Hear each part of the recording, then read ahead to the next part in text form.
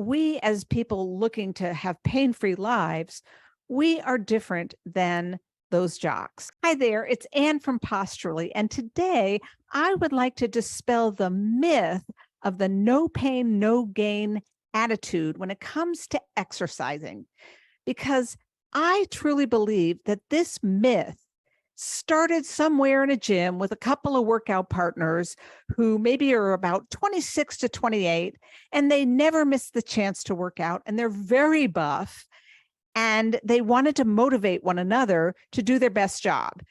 And they're probably thinking along the lines of what you put into it is what you get out of it, which in essence is true.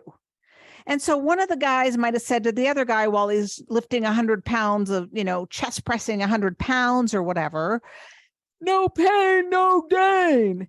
And that caught on. And perhaps a month or two later, somebody heard it and decided they'd write an article with that title. And then it just went off from there. So in essence, I believe people are good, and the first set of workout partners did not mean to hurt themselves or anyone. However, what I found in my experience that most people who actually do benefit from the no pain, no gain attitude as they exercise are people, again, who are likely in their 20s-ish, peak of health, never miss a workout probably every day or every other day, have performance goals like, Mr. Universe or finishing an Ironman or whatever that might be for them. And likely they have never injured a joint. For that particular population, this could possibly work, this attitude of no pain, no gain, because again, it is kind of true in life to a great extent of what you put into something is what you get out. So if you don't work, you're not going to get the result. Like, I get that. In my world, I work with people who, and I am one of these people, who have, pain conditions that they want to overcome, or who want to fully enjoy exercise, fully put themselves into exercise without injuring themselves. In this case, the idea of no pain, no gain, the way it circulates through our population overall, and not just the 20-somethings that are working out every day, can be a damaging thing to believe in. Now, if you extract from it what's underneath it, which is about put something into it to get something out of it, then you can sort of tweak what you put into it so that you get the results that you're looking for. And in our case, we're looking for pain release, increased functionality, get up off the chair without grunting, climb the stairs without hurting your knee, keep up with your exercise plan and don't have pain the next day, and go through life, go through your day without pain. Okay, so we're looking for basic things. We are the every person. We are not the special jocks. And believe it or not, we, the every person, might be harboring this no pain, no gain attitude, but we're not aware of it. So I'd like to give you one tip that you can use as you exercise, just in case that no pain, no gain attitude is lurking somewhere in your subconscious, okay? So that one tip is you want to look out for the joints themselves, the local areas, and be sure that you're not having pain there. The reason is that this may be a sign of structural damage based on too much pressure in that joint and or too much pressure when your bones of the joint are not aligned. So this can happen in a yoga class if you're feeling a little bit like, oh, Sally, my neighbor, is really able to do that handstand and all I can do is press against the wall. It can happen in the gym when how much weight you lift and how much you do. So what I would ask is that you give the feeling locally in your joints the right of way here. Let Sally do her handstand. Let the jocks lift their hundreds and hundreds of pounds, and you make sure that your joints are not in pain. Adjust your position so it's easier. Take the weights off, etc. Let's also chat about muscle soreness, because this is the sort of pain that I believe the jocks who try to motivate one another are talking about. So you'll get a little bit of soreness the next day, but you've done your work. Muscle soreness is the type of pain that is acceptable as long as you don't overdo it.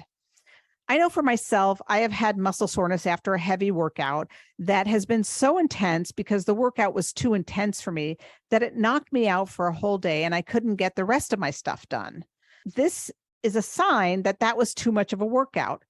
So the muscle soreness is okay under those parameters. The joint pain is likely never okay. And if you persist in having joint pain, even after you make certain corrections to go lighter, you may need a physical therapist or a doctor. So do take that under consideration.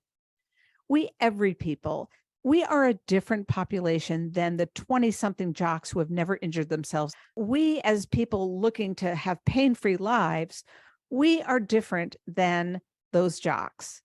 When we put effort into our work, this is my experience working with clients and healing up my own pain, is that it's important to modulate and moderate that level of intensity. So what I like to say to people is stay mentally alert and physically relaxed. When we stay physically relaxed, it is not going to the happy place at the beach. It is staying physically relaxed so that we don't have a lot of tension pouring into the system and influencing how our movements will go. As people looking for pain release and improved function, we need a clear pathway of movement so that tension does not create pain and misalignment does not create pain. This is a big part of the goal when I work with people, is to how can we melt away tension and pain by being in better alignment. The mental alertness piece is quite useful because, again, in my experience, I've found that we humans are much more intelligent and endowed with certain capacities that come with us simply because we're human, that have a tremendous amount of healing potential. And when we listen to the no pain, no gain attitudes, and we get these kind of dumbed down explanations on websites that are, run by doctors and hospitals, or even take a class where they're like, we're going to work our pecs now we're going to work our back muscles. Like, this is not enough to really heal the pain. What I do when I work with people is I help that alignment piece, which starts with the mentally alert, physically relaxed state. And we learn how to establish balance throughout the muscle system as well as balance through the bones. And as we do this, the bones start to be the support agents, and this allows the muscles that serve the bones and the joints to relax. For some people, this is all they need to manage their pain for a lifetime. Of course, exercise will help keep that, but this balance piece is primary. It starts with the balance piece. The idea is that the mind and the body, and also the breathing, because there's many good breathing techniques for healing pain and getting good posture. These all are shared resources that your movements can use.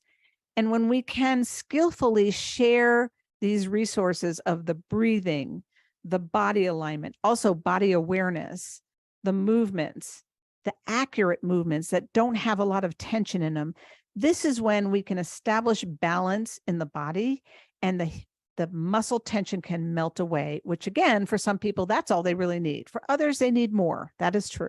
If you're interested in learning more about how body balance and body alignment can help you release pain and live fully in your life, please subscribe to my channel. Thanks.